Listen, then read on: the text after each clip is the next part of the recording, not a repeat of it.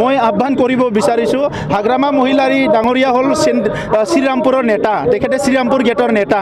চ' হাগ্ৰামা মহিলাৰী ডাঙৰীয়াই শ্ৰীৰামপুৰ গেটটো 5 মিনিটৰ কাৰণে পাহৰি যাব নোৱাৰে। সেইকাৰণে ওলালিয়ে শ্ৰীৰামপুৰ গেট, ওলালিয়ে শ্ৰীৰামপুৰ গেট। এই শ্ৰীৰামপুৰ গেটত কিছুমান বিল্ডিং পৰি আছে। মই অনুৰোধ কৰিম হাগ্ৰামা মহিলাৰী ডাঙৰীয়াই যেতিয়াই জনাই মই ৰিপেয়াৰিং কৰি পেলাই সেই ঘৰবিলাকত এচি টেচি দি ধুনীয়াকৈ বিছনা চোফা সোমাই পেলাই হাগ্ৰামা মহিলাৰী ডাঙৰীয়াক শ্ৰীৰামপুৰ গেটত এটা বিল্ডিং দি দিম।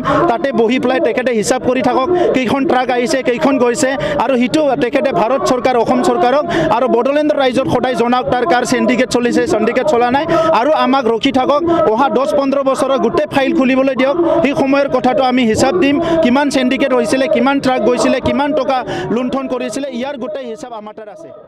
বছৰৰ গোটেই ফাইল খুলিবলৈ দিয়ক। সেই সময়ৰ কথাটো আমি হিচাপ দিম, কিমান চিণ্ডিকেট হৈছিলে, কিমান ট্ৰাক গৈছিলে, কিমান টকা লুণ্ঠন কৰিছিলে, ইয়াৰ গোটেই হিচাপ আমাৰ তাত আছে।